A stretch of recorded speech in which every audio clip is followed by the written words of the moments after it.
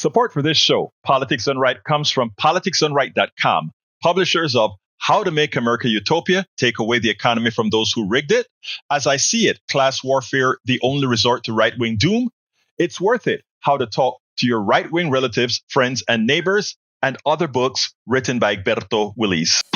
Welcome to Politics Done Right. My name is Egberto, Willies, your host. Good morning, Houston.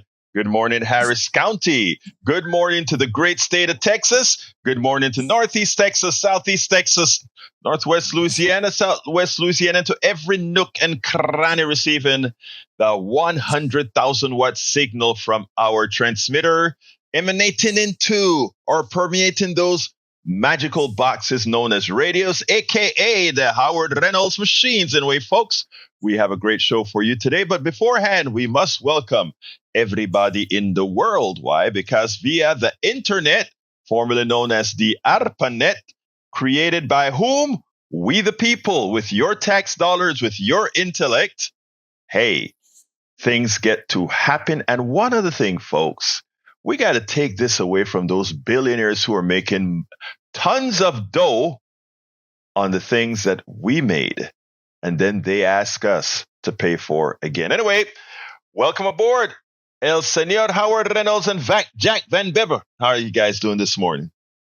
Well, I went up to a billionaire and said, "Hey, man, I want that internet back." He said, "Do you want to be arrested?" Not today. So it's going to be a tough struggle to get that one back. Good morning, Egberto. We are in Fund Drive. You know, we make good use of your money. I mean, where else can you get somebody like the guy who's going to speak right now? You know, always have a good start. El Senor Jack Van Beber. How you doing this morning, Jack? I'm doing good. I'm laying on top of the daisies. Above ground is another good day. That's good, man. That's good. Top of the daisies. All right. Talk to me, brother. Your post yesterday was pretty good. I couldn't make much out of today's stuff. So, Nobel Prize winning economists endorse Harris' economic plan over Trump's. Harris's policies get strong support from economists for providing tax relief and support for the middle and low-income families. Trump's tax cuts are Robin Hood in reverse, robbing from the poor to give to the rich. Amen. Robbing from the poor to give to the rich. Well, put your hand on the radio and be healed. You know, a lot of times when we say things like that, it sounds like cliche, right? But I was going to do it this morning, but I kind of put it off till today. Steve Rattner did the actual numerical analysis to show what things look like. And, you know, these aren't, you know, some things are stats, some things are fact, right? You can you can kind of play with stats all around, but there are certain things that are facts. And I think what Steve Rattner did was he actually mixed the two of them together, the stat part and the fact part. And when you put the stat part and the fact part together, it starts the differences you would get. There is something interesting before I really get into what we want to talk about, and that is whenever you look at when the economy does best, and this is part of the things that we can talk about, facts, right? The economy, by a huge margin, does better when Democrats are in control than Republicans. I am not trying to tell you who to vote for. I can't tell you who to vote for anything from a station like this. Now, about my 3 o'clock program, I'll be telling you a whole lot more stuff. But here is what I can tell you. It's a statement of fact that the economy does better under Democrats. And there's a reason for that. And the reason for that is also how our economic system works. And it works by something called the speed of money. In other words, if we have money circulating like crazy, there's more economic activity. If you have less money circulating, there's less money, there's less economic activity. If you make $500 a month and I give you $50, that $50 is a big part of your income. of your disposable income, and you're likely to spend that right away to go to a movie, pay a bill, but go ahead and buy an extra meal or something. Take your wife out for a night out that you would not have otherwise had. Not $50 anymore. Actually, it used to be you could do it for $50. You can't do it anymore. But anyhow, you get the point. And what that does is that restaurant gets more business. If that restaurant gets more business, it has to go buy more bread. It has to go buy more lettuce. It has to go buy more of all those things. And whenever it buys more lettuce, the farmer makes more money. If the farmer makes more money, he has to go buy more tractors. If he buys more tractors and sells more lettuce, he has to buy more fertilizer. All of that works great, right? So if you don't hoard money, if you allow money to flow, the economy is broad-based and a lot of people do well. But if you hoard money vis-a-vis tax cuts and give people's monies that are unearned, capital gains that occur not because of the intrinsic growth of a company, but because, well, you buy back stocks, etc. What that does is it puts money into the hands of people who already had a whole lot of money. And if I have $1 million and you give me $100,000, I'm not going to put that $100,000 into the economy. I just have to put that into the bank because that has no impact on my spending capability or how I would otherwise spend my money. So I would not go ahead and throw an extra $100,000 into the economy. If I gave that $100,000 to 100 people, all of those people would likely put that money into the economy, and that is called economic activity, economic expansion. It's not rocket science, right? But the difference is selfishness means you hoard, right? You take it all. After you make your first billion, nobody's earned $1 billion, but after you've gotten your first, I should say after you make your first billion, I should say after you've acquired your first billion, of course, generally on the backs of many others. What else can you do? What else do you want? You see, there is something that is wrong with being able to acquire that money and do whatever you want with that money. And that brings us to something that Elon Musk is doing. He's getting sued for it now, of course. And Anne spoke about it yesterday when she called into the program. She asked, is it legal for Elon Musk to start giving away millions of dollars to sort of buy your vote? Well, no. But again, I want you to see that we have an economic system that awards people, allow folks to make billions of dollars on other people's backs, and then use the money that they've made on other people's backs to control the means of production, control the governmental structures, and control your mind via the media, via the churches, via the schools.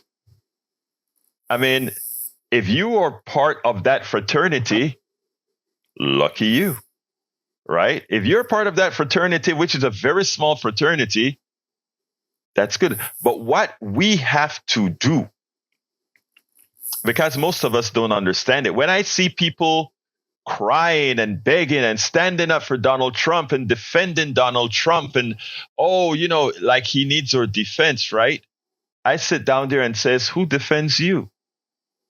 Who makes sure that you have what you need? Who makes sure that you are made whole? We have, by the way, welcome aboard Eric Hayes in the chat. Welcome aboard Persuasive Barrier in the chat. We have Eric here defending the billionaire, right? The billionaires don't give a damn about Eric. In fact, they don't care whether Eric is successful or not, even as they're using Eric's skills, whatever they may be. But he's there defending. That is what we know as psychological. I don't want to quite call it brainwashing because it's more sophisticated than brainwashing. And one of the things we want to accomplish here is simply for people to think on their own. for simply people ask the right questions. Simply ask the question and then try to find the real answer devoid of ideology. And it's not hard to do that.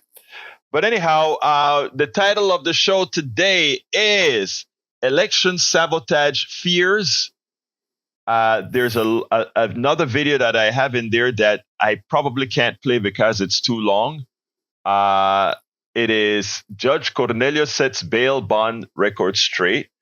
I'd like folks to go ahead and whenever they get a chance, you can watch that video because it's important, especially given some of the ads that I see on TV about judges. While this judge cannot get specific with any case that she is doing, what she's able to do is give us the rules. Before I'm going to pause on the video a bit because as I was sitting here, I'm watching the TV and, between now and December 7th, I got to jump on the Medicare Advantage thing again. I'm watching this ad. And as I'm watching this ad, I'm getting more and more upset because I care about people. I genuinely, and all of us should care about our fellow persons, right? And this ad, there's a new site out that all these companies that give Medicare Advantage are using to centralize choosing the product. And you sit down and you call that number, and that number goes through not Medicare. It goes through a list of hundreds of, well, I don't know if it's hundreds, probably so, hundreds of different Medicare Advantage options to select for you based on what medicines you're taking and what things you need, etc. And all people over 65 are calling in, many of them giving up their traditional Medicare because this plan sounds cheaper, the other plan sounds cheaper. And I'm pulling the hair out of my head that I don't have. I'm bald-headed. By the way, we're on YouTube as well, so you can see I'm bald-headed and pulling I don't even have stubs right now. I shaved well yesterday. But look, brothers and sisters, I got a long email from a dear friend yesterday, and she told me, she said, Egberto, I was on Medicare Advantage, and I'm going back to Medicare, traditional Medicare, and the supplemental, the Medigap. And she said, I'm doing that because the specialist that I want to see, I couldn't do it with Medicare Advantage. But she said, you must understand, and you must tell. She's a very smart woman. And she said, you must understand that there are some people who simply can't afford traditional Medicare because they can't afford the supplemental. And I understand that. I understand that they've put us between a rock and a hard place. But there are a lot of us who can afford the Medigap program the Medigap piece of the, to get traditional Medicare, the part that pays 20%. But many of us are enticed by, hey, I can save this money. Why not? Okay. And that is what these companies bank on. That even though you can afford your Medigap plan just fine, in order to give you choices. They like to talk about, I have some folks in the chat that would say, well, private systems give you choices. It always says choice of slave master? Because when you have the one choice, which is Medicare provided by the government, guess what? You get the choice of which doctor you want to see, not which doctor is on your network, but which doctor you absolutely want to see.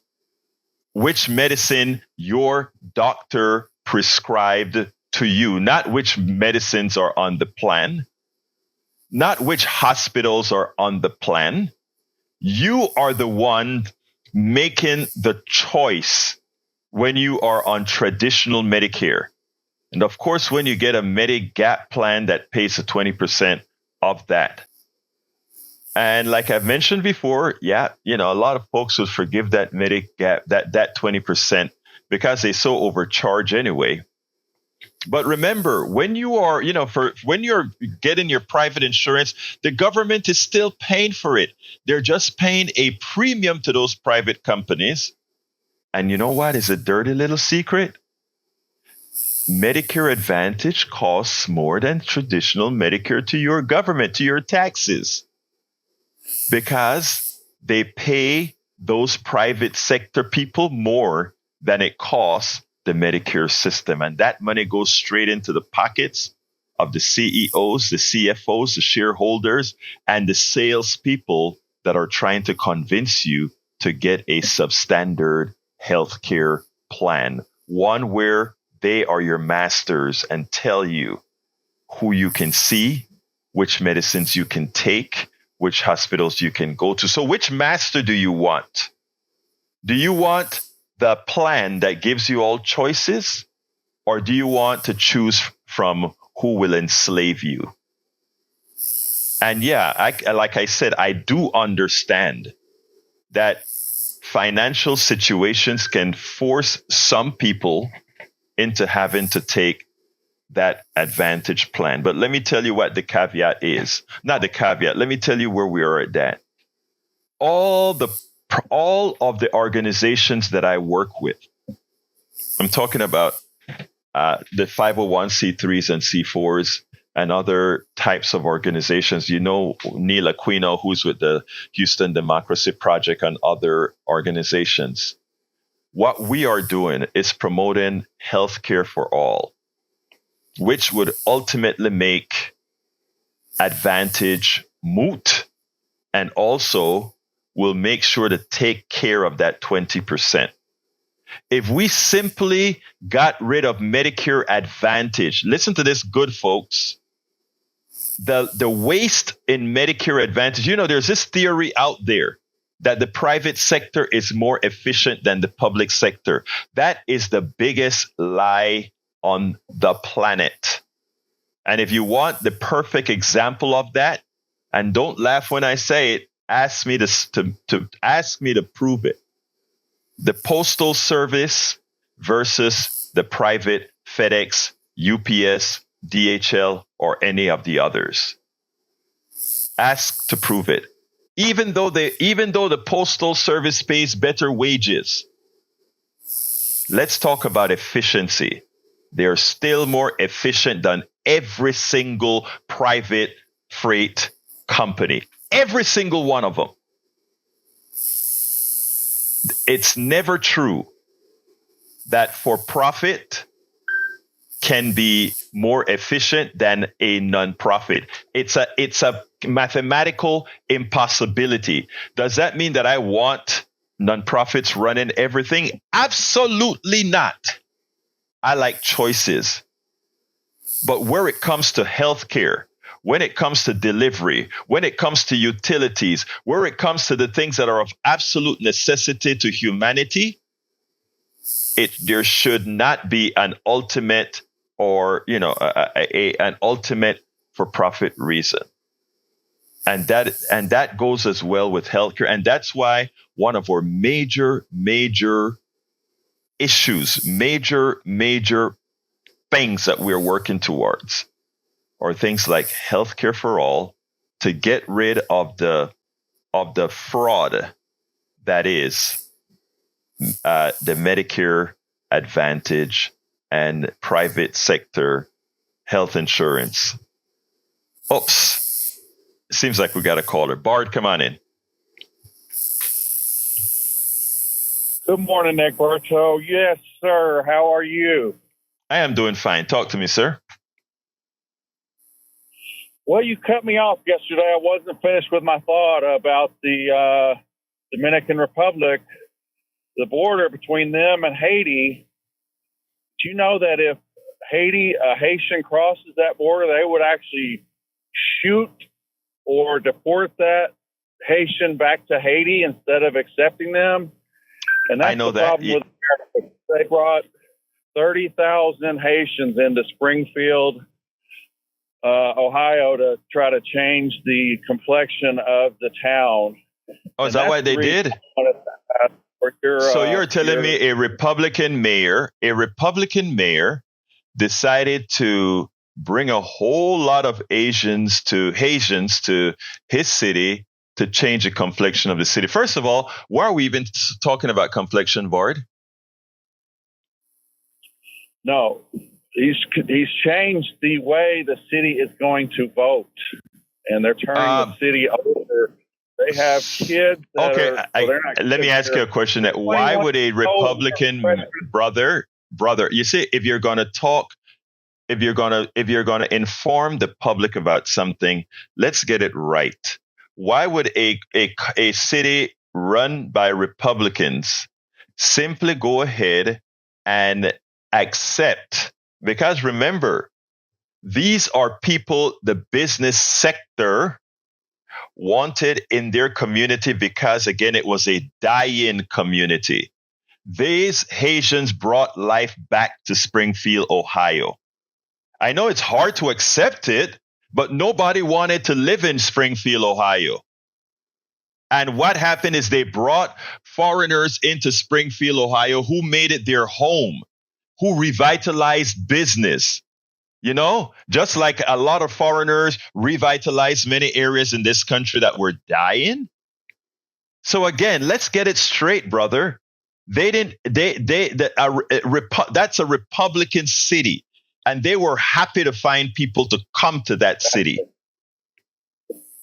Exactly. No, the governor didn't do that. Kamala Harris did that. No. Sir. These business people, sir. No, again, you got it wrong. And again, that's why I'm saying you come on here, and thank you for bringing the subject because it allows me to expand on it. Again, that was a dying city, and it was revitalized by Haitians. Okay, it was revitalized by the foreigners that were brought into that city, just like America has constantly been revitalized by immigrants. It has always been the case. You're a master manipulator and spinner on this stuff. No, it's not. What did I say that was wrong? Please tell me, what did I say that was wrong, sir? You said they revitalized the community. No, is that true or not? No, it's false.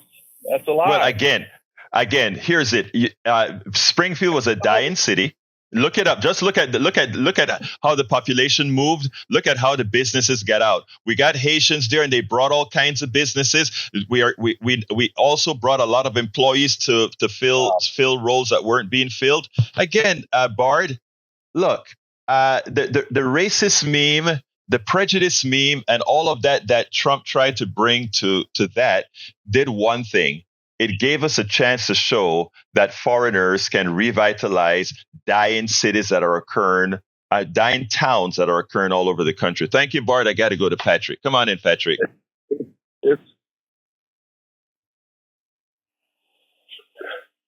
That's so very interesting. This is the third time he's called on the same subject, and he's been torn down 3 times. So what I want you to do, Egberto, is slow down, because there's some people that take a lot longer to learn. They have difficulty understanding. He's trying to say that they have less value than we do or other people do because they cut down all their trees so that they could continue to eat and not freeze. I want to ask him if he actually thinks that any group of human beings on the planet would sit and watch a tree grow while their family starved or froze. It's idiotic thinking, and I don't like to say things like that, but it is. It's absolutely idiotic. Now, if he thinks that our society is somewhat better, we cut down all the old growth forests. In fact, the white settlers that came here seemed to think that they were trophies, kind of like a fish or something that doesn't fight back. I mean, to find it the largest tree you can and cut it down somehow made you a man. But Reagan famously said, if you see one redwood, you see them all. So I guess we don't care about trees. We can take things even further. All they did was cut down trees to survive. What we're doing is we're allowing corporations to render land uninhabitable, unable to sell. They're called Superfund sites. There's over 1,500 of them in the United States. We allow corporations to do that to us. What does that say about our intelligence? We're building houses over farmland right now. We have a growing population, or we want a growing population, but we take our farmland and we put houses on top of it. Does that sound intelligent? Now, we haven't discovered in the United States, we haven't discovered more oil in a consecutive year for the last 60 years. The last year that we found more oil than the year before was 1965. For 60 years, we've been outstripping our oil supply. And our answer to that, especially from the right, is do it faster, leave nothing for the children, leave nothing for anybody, sell it off as fast as you can. Does that sound intelligent? Does it sound like we're handling our resources well? There are places you can't breathe. There are things that we call throwaway zones that people will never live in. Does that sound like we're handling our resources well? Now that you brought up oil, Patrick, I want to interject for one reason, because I brought on the guy that was running for Texas railroad commissioner. And there are all throughout Texas where they're fracking, right? And doing it incorrectly. There are blowout holes that are polluting groundwater over hundreds of miles. And there are lakes of poisonous water throughout Texas, right? And now the federal government, well, not the federal government, the Texas, I think it's a TCQ, have prohibited drones from flying over these areas that are releasing contaminated water with radiation and caustic chemicals all over the farmlands in West Texas.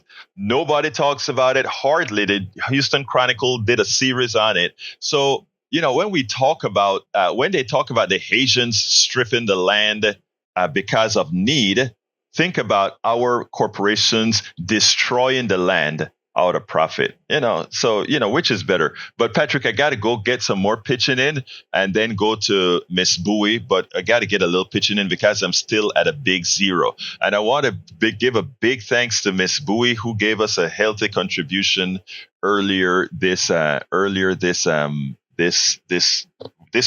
drive. Anyway, let's go to Miss Bowie. Come on in, Miss Bowie. Good morning. Good morning, Houston. Good morning, Egberto. Before you speak, I want to thank you for your great support of KPFT via Politics Done Right. That was a very kind contribution, my dear. You're welcome. You're so welcome. I love you guys. But I was tickled by Bart. Bart ain't speaking on reverse gentrification, is he? Oh my God. Oh, Melissa, why are you going to go there? Why are you going to go there? All right. Just saying. Behave yourself. Just saying, it's been happening to a lot of communities. And if the people want to, vamp up their community because nobody in it, then why not? Come on, Bart. Let's love on each other, bro. Let's love on each other. It's time out for all of this. That's all I wanted to say. Well, I'm glad. Wait, Melissa, don't leave quite yet. I want to say thank you because you use a magical word. Let's love on each other. It's amazing if you love on each other and not hate, how much things work smoother, better. And you know what? Your heart beats better. You know what I mean, Melissa? It does. It makes you smile. Come on. Come on. Absolutely. Let's be the people of love. Thank you, Melissa. You have a great day now. All right. Let's go ahead and go to Brother Curtis. Come on in, Curtis.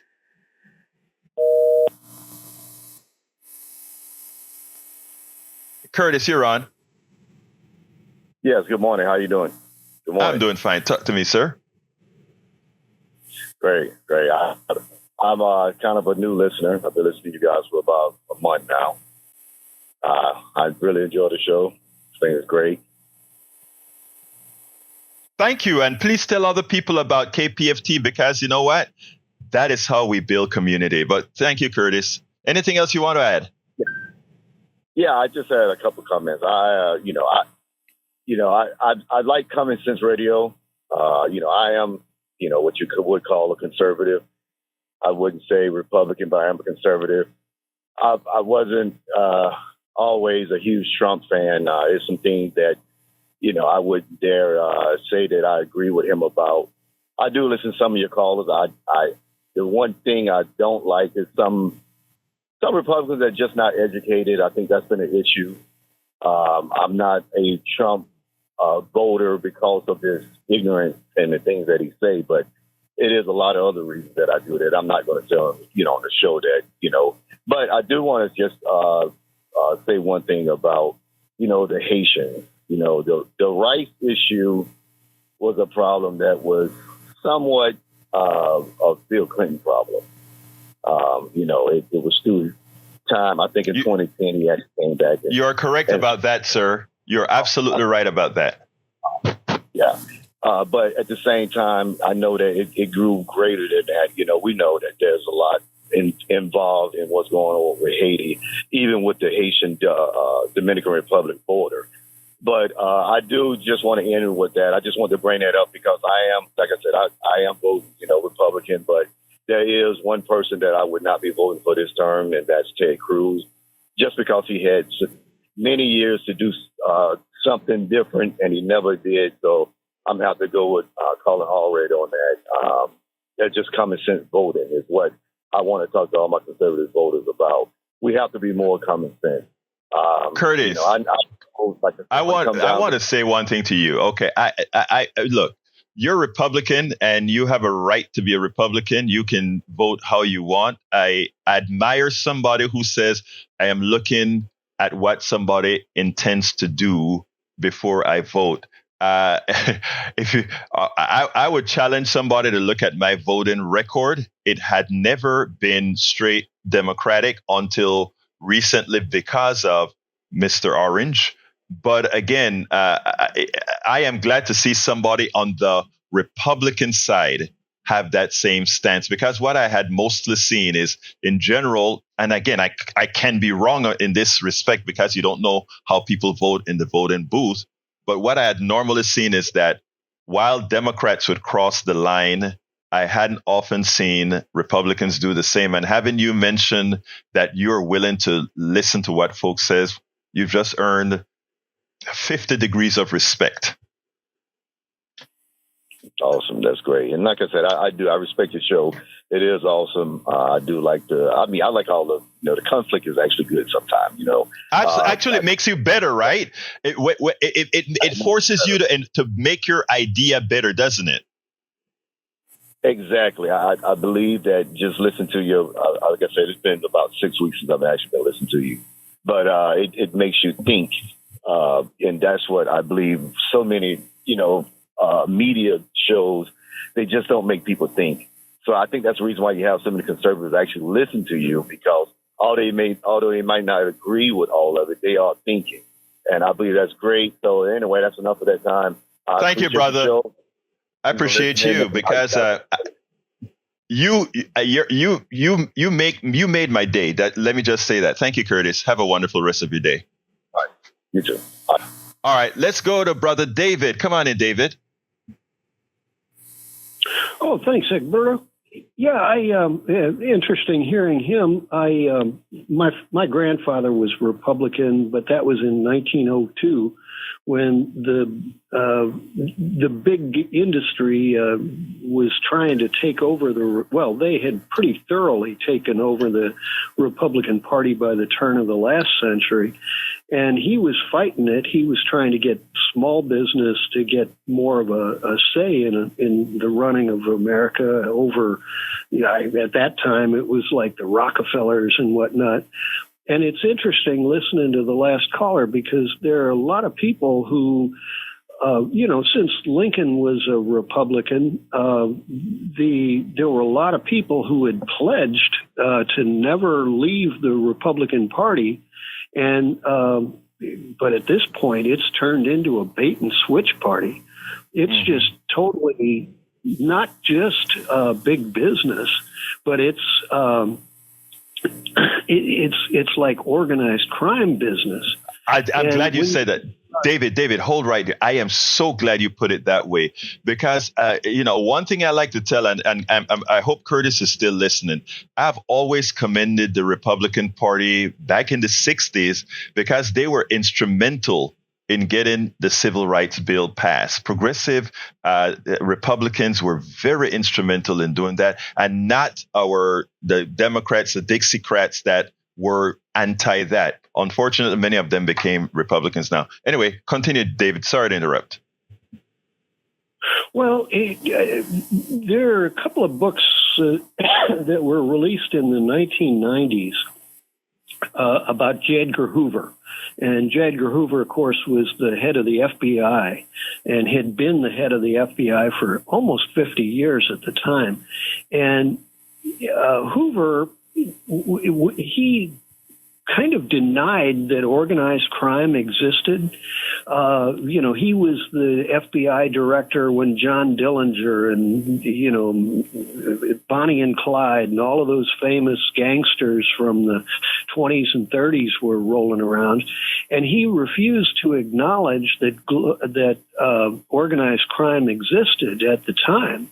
And he allowed organized crime to get expanded for decades.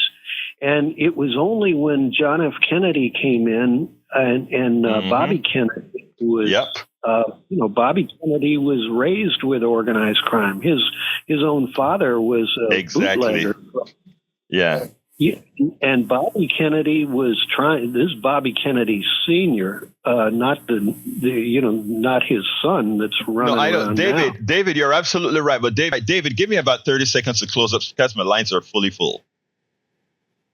Oh, well, sure. It just that J. Edgar Hoover refused to come down hard on organized crime for the 40s through the 50s, into the 60s. And as soon as Bobby Kennedy, who was the Attorney General for America, died, as soon as John F. Kennedy was killed, J. Edgar Hoover refused to go after it anymore. And so organized crime was buying up Wall Street at the rate of 2.5% per year. And in 10 years' time, I'm going to use that as a cutoff. And let me tell you why. Because what we're having with Trump and the cronies, the billionaires, et cetera, that is exactly where we're heading again. But David, let's talk tomorrow. I got a lot of other people I got to give a chance to speak before the show ends. So thank you so kindly. Have a great day. Fundraising for Pacifica, there's the Pacifica Archive, and that's one good reason to donate. Thank you, David. You're absolutely right. I appreciate you. And I appreciate you too, Persuasive Barrier. Pure character looking at himself in the mirror. Thanks for being you with hearts popping out. Thank you so kindly, Persuasive Barrier. All right, let's go ahead and go to, I think Brian is up. Brian, come on in. Yeah, good morning. Good morning. Good morning, sir. Okay. Sorry to hear that you don't have any donations yet. I wish everyone would. I do, and I don't give much, but I give some. So, hey, everything counts, brother. Everything counts, and we thank you for that as well. So, folks, please give us a call, 713-526-5738, extension 1. Let me hear what you have to say today, Brian. All right. You should really thank me because as soon as I got off yesterday, you had 2 donors for what I said. I thank you all the time, Brian. Come on now. I thank you all the time. I thank you for being you. Yeah, but you had 2 donors right after I got off. And they disagreed with me. Brian, thank you. Brian, hold up. Thank you. Now, what do you want, my dear brother? Okay, you said you worked for NASA. Which division? Propulsion? Communications? I worked on the STS, the Space Station Project. And I worked for Boat Planning Research Corporation, Ford Aerospace, and Lockheed. Okay, well, I was in fireproofing during those years. So nice. What part were you on Bay Area Boulevard? No, independent contractor. Okay, got you. Well, So, hey, we're NASA brothers. Okay, we're NASA brothers.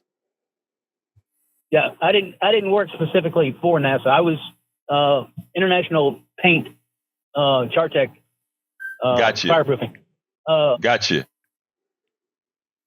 Okay, I got to go to somebody else, Brian. If you don't have anything else to tell me, bro. No, that's it.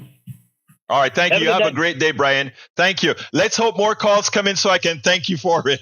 All right, let's go to Betty. Hey, guys, I need some calls. 713-526-5738. Extension number 1 to donate, or go to kpft.org. Go ahead and hit that donate button. Select Politics Done Right as the program of choice and give whatever you can. Or are you going to really leave me with a zero this morning? I would love to see a whole bunch come in right now. So, brothers and sisters, let's get going, my dear brothers and sisters. All right, come on in. Betty, how you doing, sister? Oh, I'm trying to give you a little information, like get your flu shots. You know, this is for the old and young. Make no difference what insurance you have. Old and young, try to give your immune system a warning and stay bundled up. And the winter is coming. You got to do that. And thank you, Betty. Yeah, well, that's what kept me out of the hospitals or out of being a doctor's office. But on Kamala, she is making a commitment. She will bring back whatever happened to excuse me, and she will be the lady last standing. And on Ted Cruz, as I go through the Texas mountain with my goat pulling wagon, I'm going to say, get out. I'm going to say, stop, dope, get out, Ted, you're dead. Bye-bye. Love you. Thank you. Love you too, girl. All right, let's go to Brother Donald.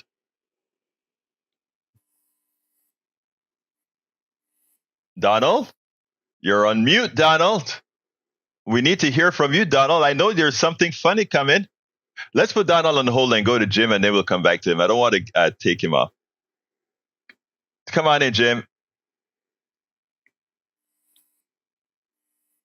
All right, Jim, are you there? All right, let's try Johnny. Put Jim on hold. Let's try Johnny.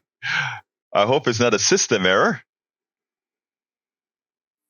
Okay, I don't hear that. So let's go to Donald.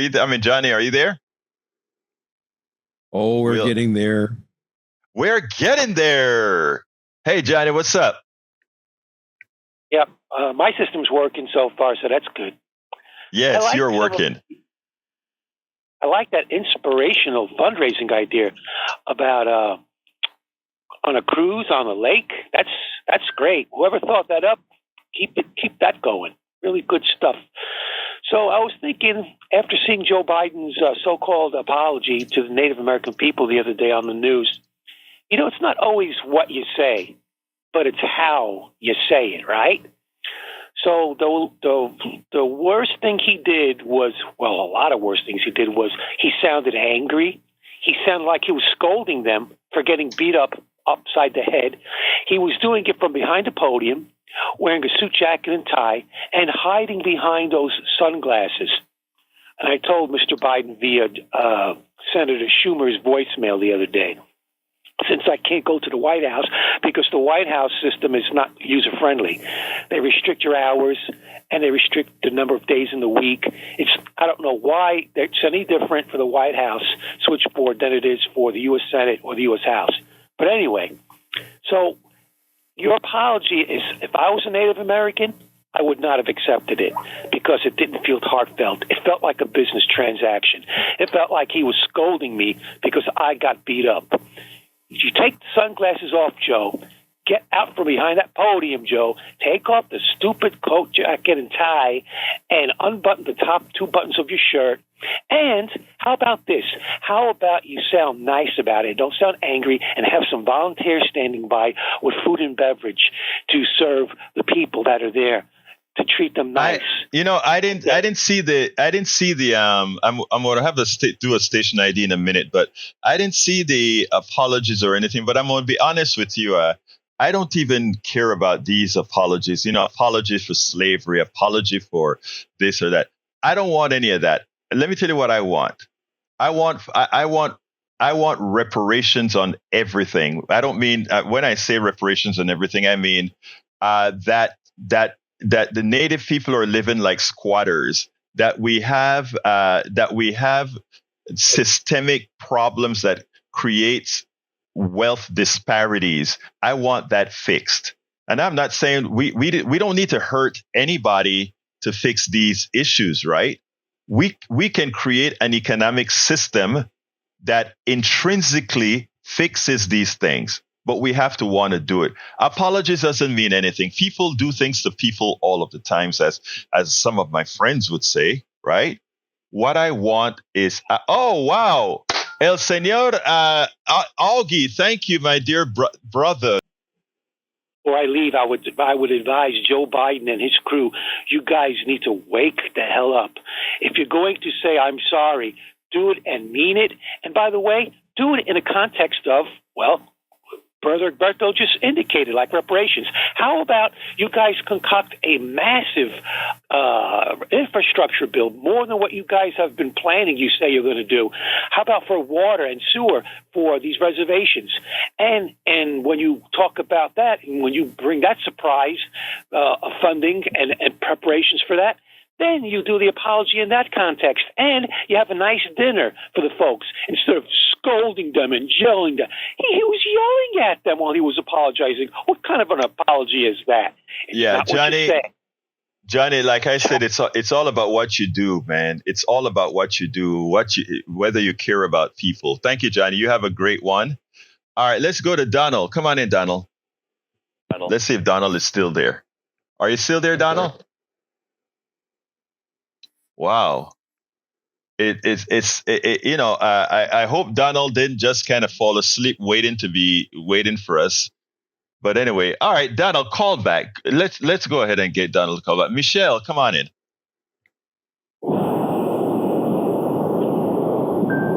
Hello? Yeah, you're on, Michelle. No, it's Michael. Oh, Michael, come on in. Hey, listen, I'm sure you don't remember this, but you and I had a conversation, and it was more than 9 years ago. And you were doing a show very much like you are now, different time slot, more in the afternoon. But you were basically warning everyone what a Trump presidency would look like. Mm-hmm. And I got on the air. You and I had a brief conversation. I told you that I was afraid that he would become president of the United States. Well, both our fears were realized when he was actually elected through the Electoral College of this country. Today, it's like deja vu because I'm listening to your show and I'm remembering this conversation from 9 years ago. I'm scared to death again that this man will actually become president of the United States. It just boggles my mind at how half of the voting public in this country cannot see clearly the danger that this man represents to our country and to our nation. And as far as the comments from Johnny, I watched that apology speech. I did not get the same vibe that Johnny got. I mean, I thought Biden was angry that it took so long for the government to actually come out and apologize to the Indians over there. Okay, I mean, I haven't looked at it, so I'm going to hold judgment and take a look at it. But let me just tell you something, Michael. I do remember the conversation, believe it or not, because I remember your distinctive voice, okay? Because I remember originally thinking, oh, he's going to come out in favor of saying Trump was going to be okay. And then when you said it otherwise, so no, I do remember. But let me just say this, right? My gut feeling is telling me that it's going to be Kamala Harris winning, and it's not going to be as close as you think.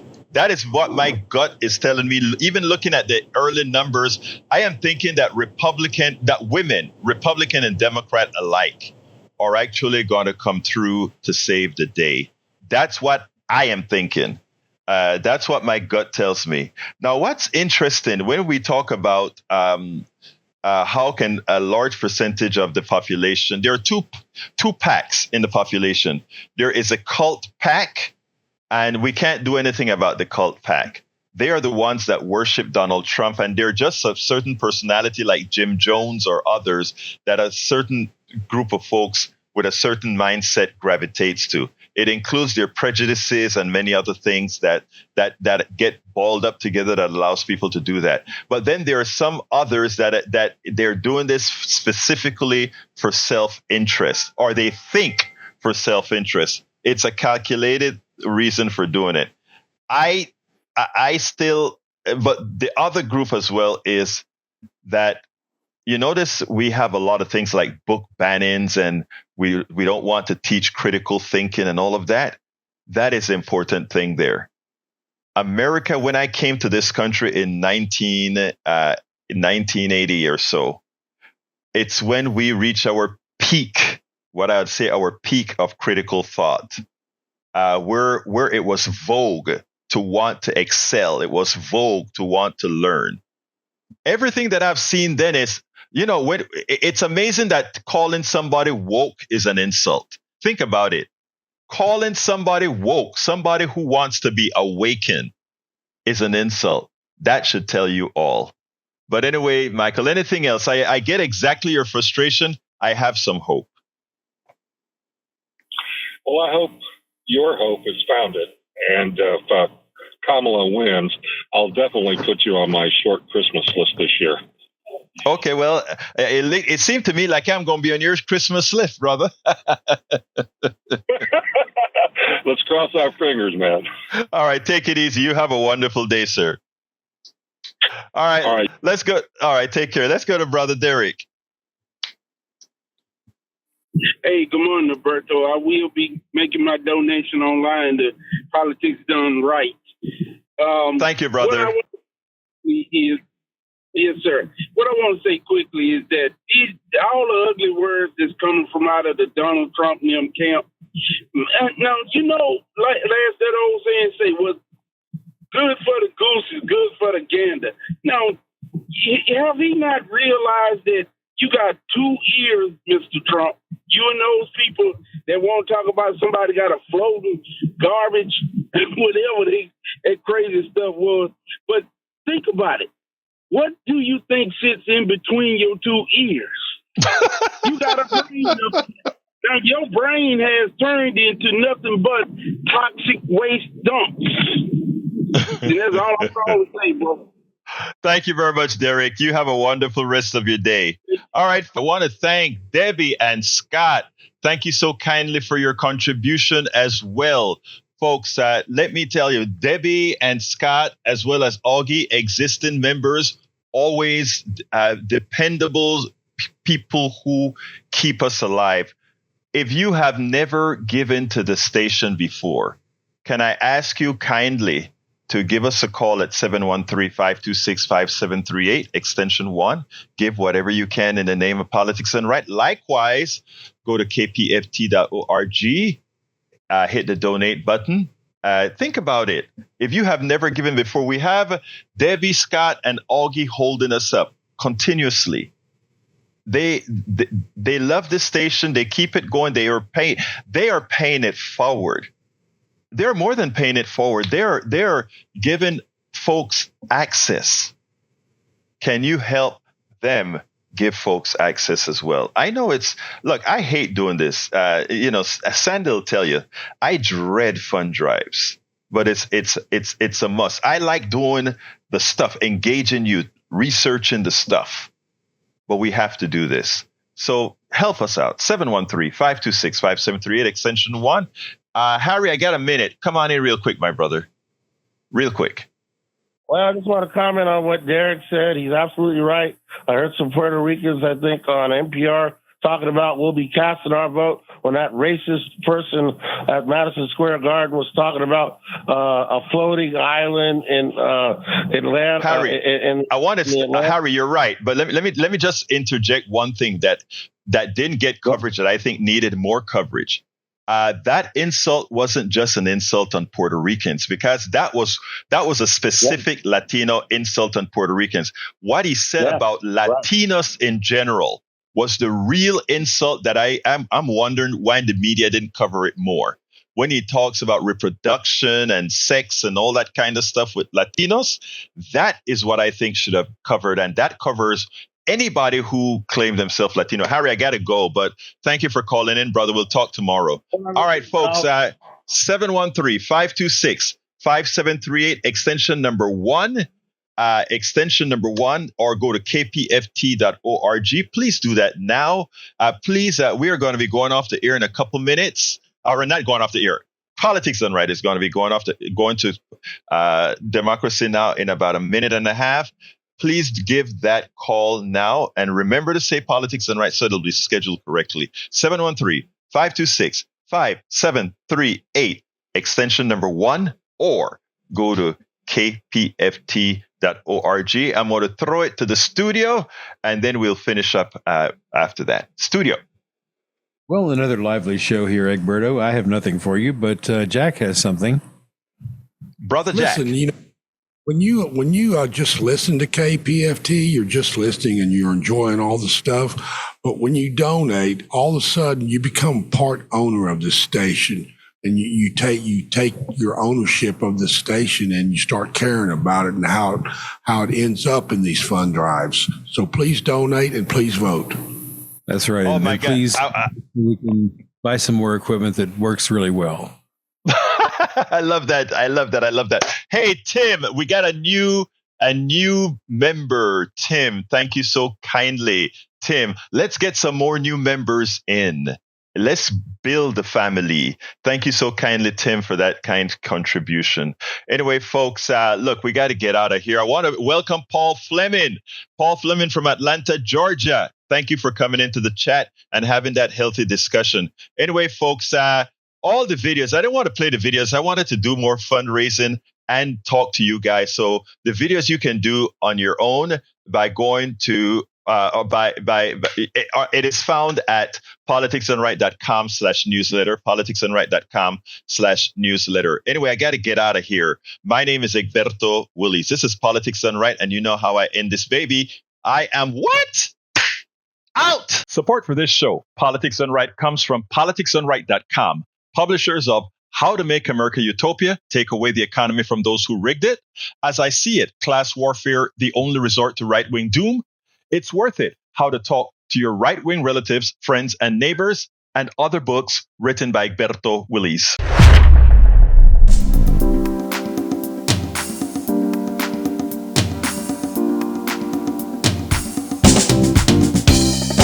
Welcome to Politics Done Right. I am your host, Egberto Willies. This is a progressive program that will take the mystery